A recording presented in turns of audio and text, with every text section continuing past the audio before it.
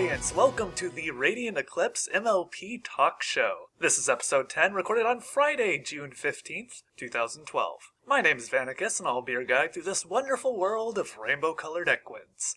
Please put your hosts together for this week's co-hosts. My name is Lulu, and I'll be your one of your co-hosts. Good evening, my name is Cyril, and I will be your other co-host with the very deep and ridiculous voice. Every week, we start off the show by introducing our special guest. This week's show features the musical Brony responsible for several great songs, like What Would Twilight Sparkle Do? Today with us, we have Hergest Ridge. Welcome to the show. Hello everybody, I'm Hergest Ridge, and I make stupid songs.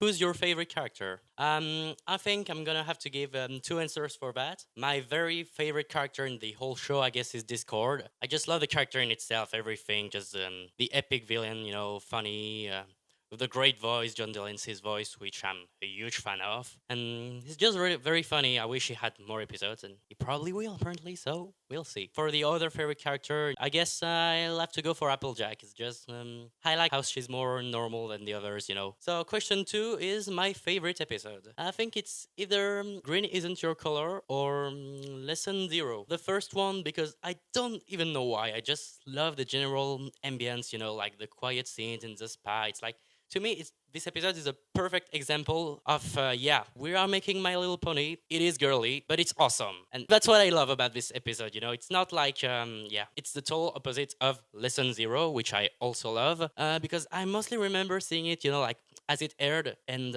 at that time, the craziest thing that had ever happened in the cartoon was the Party of One, which, was... It was Pinkie Pie's breakdown episode. And if I do remember, weren't they written by the same person? Yeah, that would explain it.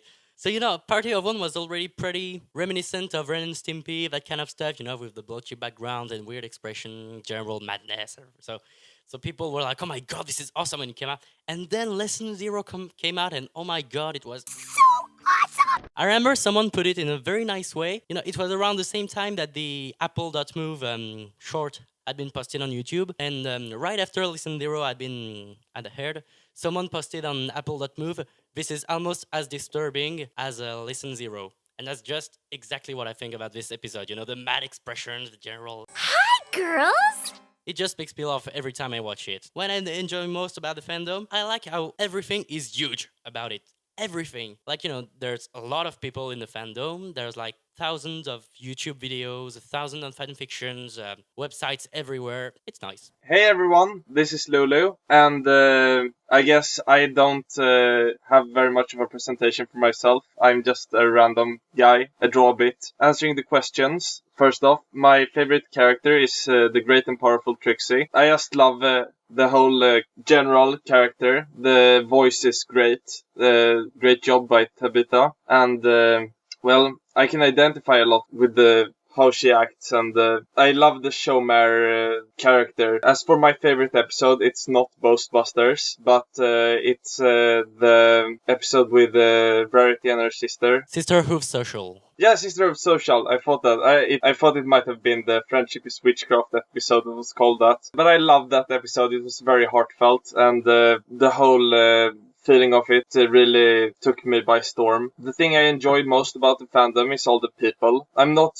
terribly active with fan fiction or fan music, but I've made a lot of friends in the fandom, and that's what I value the most. Friendship is magic. It sure is. Friendship is magic. My name is Cyril, and my favorite character of the show is Princess Luna. Why? She's only been in one episode? Well, at first it was because I just really liked Dark Blue. Kind of liked her background. Wrote a song back last summer.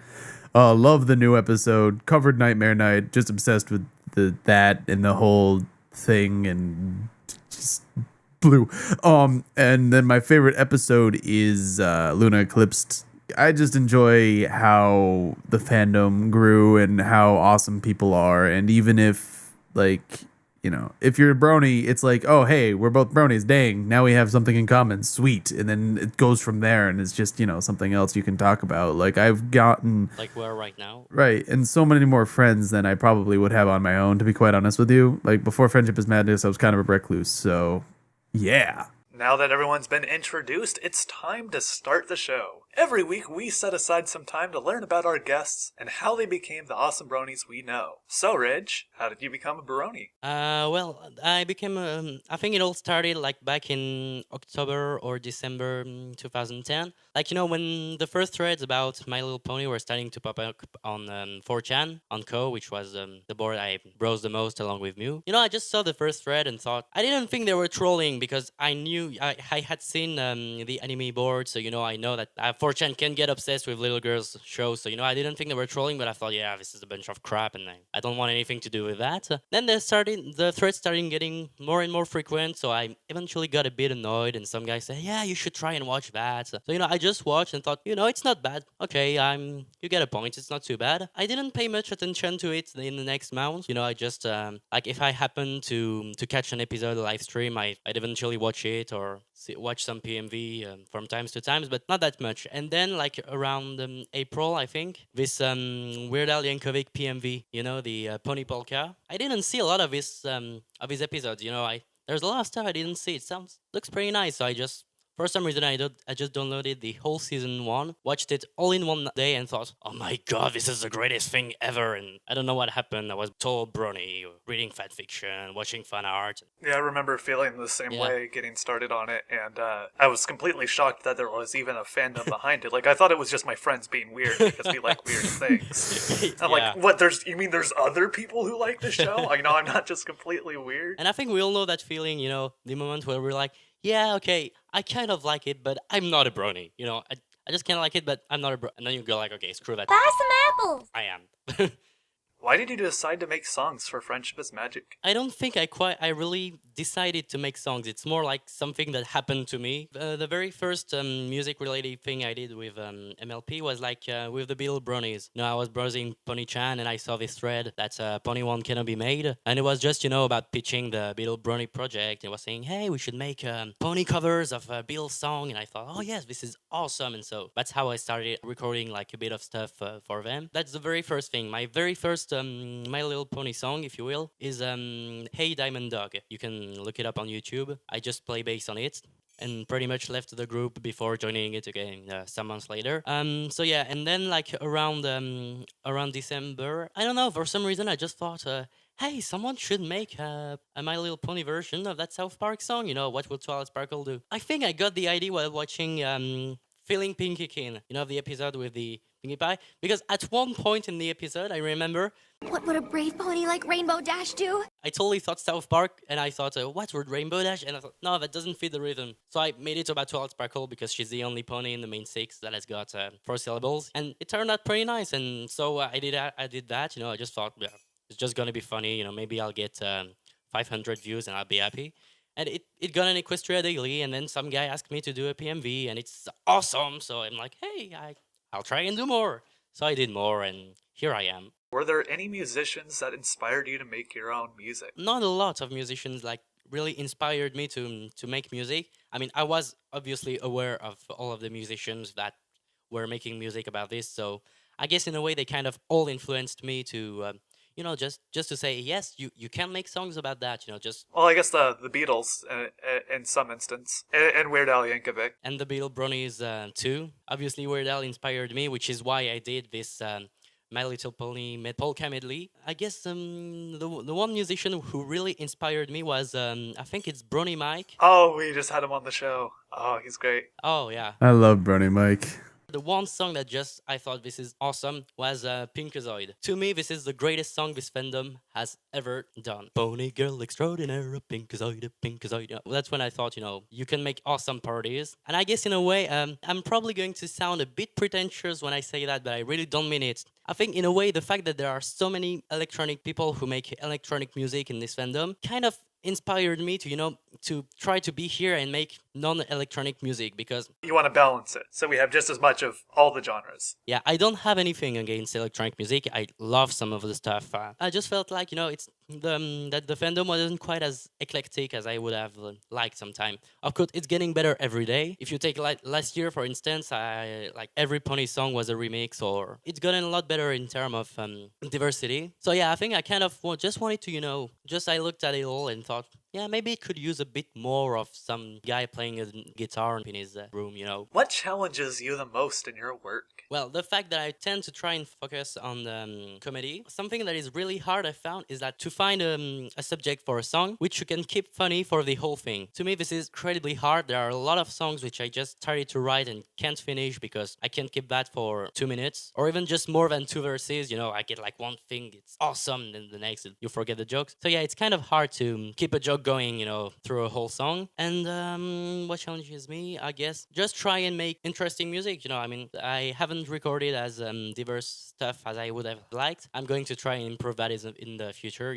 But yeah, I try to keep it interesting. It's pretty hard. Not for the audience, just for myself, just to keep me interested in what I am doing. What's your favorite song you made, and why is it special? I really like Pinky on Crack. The reason I love this one is because, well, I don't know, I just like the general, it's Andrew WK style parody, who is mostly known for doing that Ready to Die song, which is featured on that Cupcake video. I don't know, I just thought, hey, how come nobody ever did an Andrew WK song about Pinkie Pie? So I just did this, and I think it got pretty close to what kind of stuff Andrew WK really does. And the most awesome thing, which is just happened a few days ago, Andrew WK himself apparently heard the song and posted it on Twitter and Facebook. So when I saw that, which was like most awesome day ever, because it's like is one of my all-time heroes. And I'm also very proud of my song The Herd Join It, which would have obviously been called Join the Herd if there wasn't already a song like that. I don't know, I just like it because it started like from the original concept for the song was to make a song as simple and stupid as possible. It was just supposed to be an electric acoustic guitar singing badly about stupid stuff. But then I thought,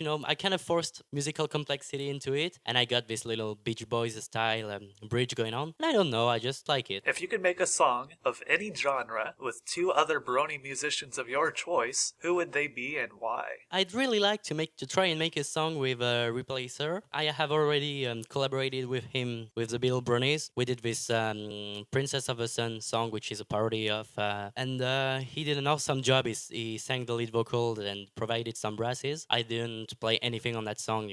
We were all here just to give advice on the singing, and I'd really like to make try and make a Beach Boys style song, maybe, because he's got a very nice voice, which kind of reminds me of Carl Wilson from the Beach Boys, and I just really like to do that. And maybe another Brony musician. I'd love to do a metal song with Yap Lap or Soul Rock. If I ever write a metal song, I'm totally trying to get him to sing like one chorus at least, or the bridge or whatever, just this is perfect. I do that too, so maybe we should all just get together sometime with metal voices and be metal together. Hasbro is first and foremost a toy company, so their plans of having Interplay releasing MLP trading cards was inevitable. Equestria Daily even claims that Interplay is collaborating with several Bronies from the fandom to help ensure they're successful with not only the target demographic, but also the fandom in general. Meanwhile, Magic the Gathering, a popular dueling card game that's been around for decades, has finally become ponified by the Shards of Equestria team. Their first set will include 270 cards, and their adaptation is currently being balanced. What are your views on trading card games, and what are your expectations or reflections on these upcoming titles? Well, I love card games. I love children's card games, actually. So, let me just first say that I am a big fan of Magic the Gathering. And as far as, I'm going to start with the fandom produced one first. The first set includes 270 cards for the adaptation. I'm glad they're deciding to balance it. It would be very easy for them to just OP the crud out of the main 6 and leave it at that. But if they're trying to actually balance it to be fun to play, I would hope I could print them off somehow and put them on some of my throwaway land cards so I could have some dually fun times at some point. As far as the MLP trading card game, if the claim is correct, this could be a really cool, interesting card game. I was rather fond of Pokemon, the trading card game, and I loved its system. So if they employ something similar to that for the MLP trading cards, that would be awesome. Most of the time, people with intellectual property like Hasbro take their intellectual property and then put it out to somebody like Topps or Upper Deck, and they make something out of it. If Hasbro decides to not do that, then that would be really, really cool. I really am excited. I can imagine that they would market it towards Bronies as a competitive card game, but it feels a bit out of the spirit of the show to have it competitive. Like if you, for example, say kill each other. For there being a combat system and fighting, maybe not as realistic. What I could see as far as their image now, what you said about the Pokemon card game, I grew up trading and collecting those, so I am with you on that. Never got into Magic because after I got done with the Pokemon cards, I was done with card games in general for a while, so it just never caught on to me. Now with all the stuff with the fandom, I'm starting to look back into them. And as far as Hasbro is concerned, I think Interplay will be more focusing on the trading aspect because that would involve buying the packs, you'll have the cards, which will have the show vectors and, screenshots from the episodes and maybe a quote from the character. They'll do something creative in that way, and it'll be more about exchanging what you don't have. I just hope it's not going to be like baseball cards that's, have no real value at all, except rarity. Well, I don't know anything about trading card games, actually. I mean, I'm the kind of guy who, when I was a kid, I had some Pokemon cards, but I didn't know how to play. I just used them to throw them at people and teachers during class. I wasn't the best player, but I really like how My Little Pony, because of this whole Brony thing, is getting to every medium possible, In the 80s, you didn't have a My Little Pony cards, I think. Right, and it's because the show has such a huge viewer base that they're actually considering investing money into the card game. Considering their marketing trading card game, if we assume that it's targeted towards the Brony demographic, what else could they be planning to market, aimed towards us? Well, it seems like Interplay is supposed to be going towards their target demographic, but Interplay had the foresight to actually collaborate with some people in the fandom to make sure that the fans would enjoy it as well. I think Hasbro is becoming a bit more confident about using My Little Pony to make as just to make products related to My Little Pony, because maybe 10 years ago they had already considered making the card games of My Little Pony, but thought little girls are not going to buy card games, it's not their things, they prefer adults, so they didn't make it. I think now Hasbro is probably thinking, we can afford doing that, because even if it ends up being totally crappy, Bronies are gonna buy it anyway. Well, that's hardly a positive thing, but nevertheless. Right, and I think people will get them whether they enjoy it or not. People want to get it at least for the collector's value of having show merch that's official. Alright, so now for fandom news. So for our second topic, I've decided to talk about Brony conventions. With the summer starting, we got lots of conventions coming up. Like BronyCon is only a few weeks away, EverFree Northwest is already sold out. Many other conventions are being organized all around the world. So what's your opinion on Brony conventions? Have you ever been to one, and do you plan to? I've never been to one, but I think it's really cool. Honestly, conventions are just for fans to gather and have fun. I mean, a convention is really just a big meetup with slightly more organization and there's a bit more back end to it than just a bunch of people getting together and hanging out. But it serves the same purpose, really. Honestly, I've been to a lot of conventions, just period, because I do video game music stuff a lot, and it's always, I really go, and as much as I like the events that happen and the panels and all of that stuff, I really go for the people. I really go for the people who I call friends that I can't see, and we all meet up at this place and have a grand old time. So that's my view. I think it's really good. And yes, I'm going to be going to BronyCon. I'm going to be playing sax for Tarby and performing one of my songs at the end of that set. So I didn't get invited to BronyCon, but even if I did, I think the air flight would have been an issue because I am on the Northwest here in Portland, Oregon. But because I'm in the Northwest of the United States, I am very close to EverFree Northwest. And because, as you guys know, the show is on EverFree Radio, they have been kind enough to reserve me a spot at their booth. Since now that I'm at the Art Institute of Portland, I will be bringing some high-def recording equipment. Hopefully we'll get some high-def videos recorded of everyone who's going to be there. I heard Dusty Cat's going to be there, Brony, Mike, Jay Carlson. I may be there myself. But I will be there, so you guys can meet me at this convention. And maybe we'll do our very own EverFree Northwest Radiant Eclipse program and do it live in HD, and we'll just roll with it. Why do you have to be all the way over there? Darn it. Because I'm on the East Coast, so for me, BronyCon is literally a couple hours drive. But I want to go to EverFree Northwest because I have a lot of friends over there as well. I mean, it's cool that Dusty Cat and Mike the Microphone and a bunch of other guys are coming over, and I get to hang out with all those cool musicians. But I'd like to go over because I know Derpidity really well and a bunch of other guys. And that's the only thing about conventions is they are big draws because of the events that happen. And it sometimes comes down to, I can't get there because I'm across the country, but I do go to this one. You should come to this one. And it's like, well, at least you can go to some of them. I live on the other side of the Atlantic. Yeah, I'm obviously not going to BronyCon because, even if I tried right now, I wouldn't be able to get tickets anyway. I think I'm probably going to try going to EverFree Northwest. I already got the tickets, and I'm trying to plan a little travel to the United States because it's a country I've never been to, and I really wanted to just go around a bit and see some cities, people, and whatever. And so, yeah, I'm gonna try and see if I can make a stop at EverFree Northwest there. If I do go there, I probably will be trying to play with the other Beetle Bronies and maybe some of my own songs. We'll see. On to our next topic. All of the things that I like to say are important. The Nanonucleonic Cyborg Summoning, great album by the way, of this critical thinking will reveal to the universe exactly the importance of this question. Are you ready to critical think? Now that the silliness has left me, I'd want to talk about something that I think has been contested, lauded, and subjected to constant criticism, but I really believe it's still at the core of most Bronies' outlook on how to handle, I don't know, for lack of a better term, the internet, life, whatever they seek to apply it to. So in all seriousness, do you hold the love and tolerance credo to heart? And if you do, did you before the show started?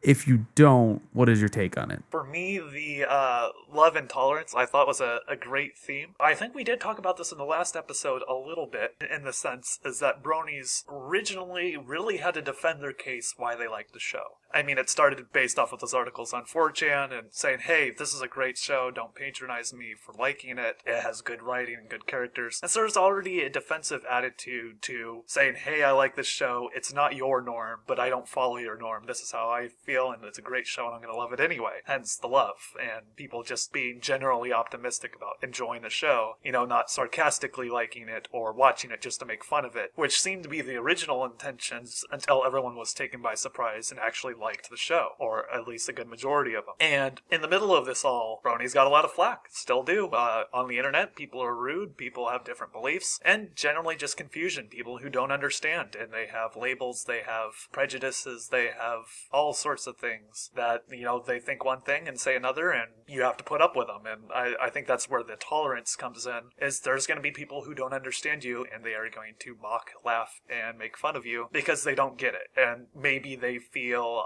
threatened. And I think this goes back into last week's topic of questioning masculinity and how that is expressed in the fandom, and are we changing that? I think that the love and tolerance takes on that is you just got to stand up for what you believe in. If there's something you really like, you shouldn't let the world tell you not to like it. And if they say otherwise, you need to put up with them. Try to do so in a way that you won't make a fool of yourself, or just make it actually escalate into a fight. You know, try to diffuse the situation. And so for me, being a host of radio shows, I tend to have to look at everyone else's point of views on situations. So tolerance has always been a huge part of just my own fiber and just how I react to people. I guess for me, the love is always coming in as my general optimism and why I kind of cling to the show in the first place. Once I kind of accepted that it was a great show and I was going to participate in its fandom, I just started, you know, just enjoying it. Generally, I've been pretty optimistic, so I think that part of it was already there. And just learning to put up with people who have different views, who you may not always agree with. And, you know, there's the tolerating. So the question being,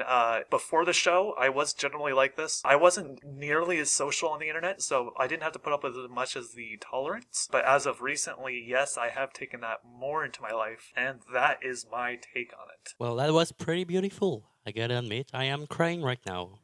The tears are flowing. Yeah. If there were some other people right now with me, we will try to do a kind of slow clap, you know, like first guy and then everybody. So love and tolerance. I really like how this has actually become a bit more than a counter troll. Well, because we've all started to realize, you know, as we watch the show, that it really is about loving and tolerating. Actually, I guess in a way, you know, it's a very positive thing. It's I like this the idea. If I hold it to heart, I guess the tolerate part, yes. Loving part, not so sure. For some reason, love and tolerate, I mostly apply that to the Brony fandom in itself, you know, because the angriest discussions about My Little Pony I've ever gotten were not about whether watching My Little Pony is a sign of being a completely retarded man-children. But it was with other Bronies who were like talking about other parts of the fandom. Yeah, these guys are not real Bronies. Yeah, you are ruining the show. For some reason, to me, this is what I associate Love and Tolerate with. And for some reason, I guess it does apply on a larger scale, you know. I'm kind of like grown up on the internet.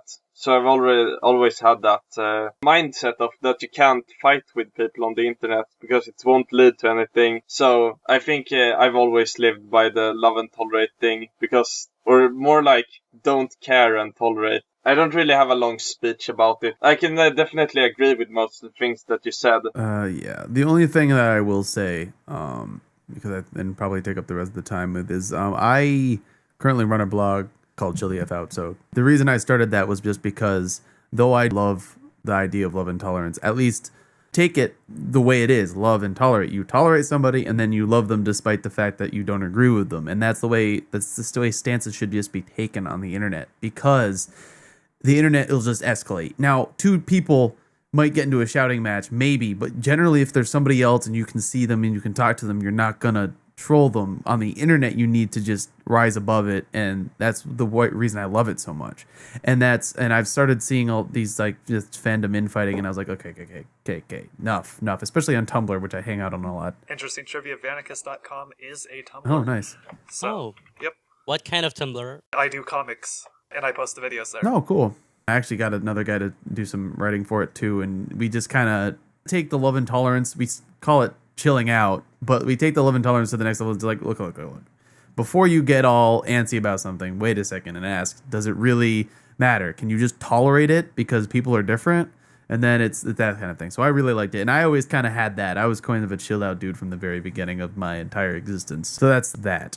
Hey everyone, don't forget to check out our site's other great programs, like Stay Brony My Friends by Dusty Cat. Hey, Cyril here. I'm going to be on Stay Brony My Friends tomorrow, premiering a new song, so you really should check it out. If you're on the West Coast like me, you can tune into this amazing program every Monday at 5 p.m. Pacific Date Time. After that, go tune into Equestria Inquirer on Wednesdays during the same time. I've tuned into both of these programs and can assure you they are more amazing than you can comprehend. Be sure to tune into Sketchy Sound's live songcast every Thursday at 2 p.m. Pacific. He's a great musician, and if there's any music you want to hear him play live, join the chat and send your requests. But wait, there's more. Then, on the same day, at 7 p.m. Pacific, tune in to the Brony Breakdown. It's a live stream show hosted by Saberspark and Paleo. Each week, they will discuss happenings during the previous week, from the comings and goings of voice actors to major events in the fandom. They strive to keep you updated on what is going on in the community. If you guys want a show that's similar to our own, but specializes in cool media like artwork, music, and videos, be sure to add this new program to your agenda. You won't regret it. Every pony loves Fridays, and so does your Queen of the Night, Nightmare Moon. Join her as she takes over alongside the Lunar Republic at 4 p.m. Pacific, as viewers like you directly request your favorite songs from various Brony musicians. And to finish off this week before you hear from us again on Sunday, tune in to A State of Brony at 1 p.m. Pacific on Saturday, and listen to the best trance, house, and electronic music in all of Equestria. If you have any questions or would like to join the program as a co-host or guest, you can contact me on my official website, vanacus.com. That's vanacus.com. We're always looking for new speakers, and if you have the passion, I look forward to working with you in the future. Thanks for your time.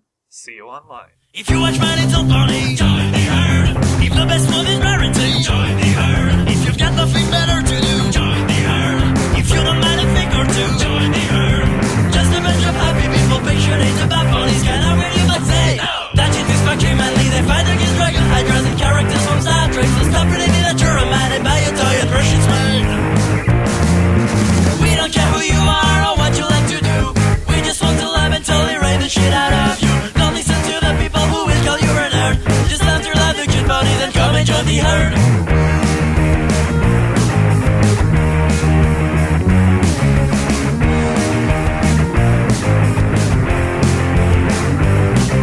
If you like how sweet your things, join the herd.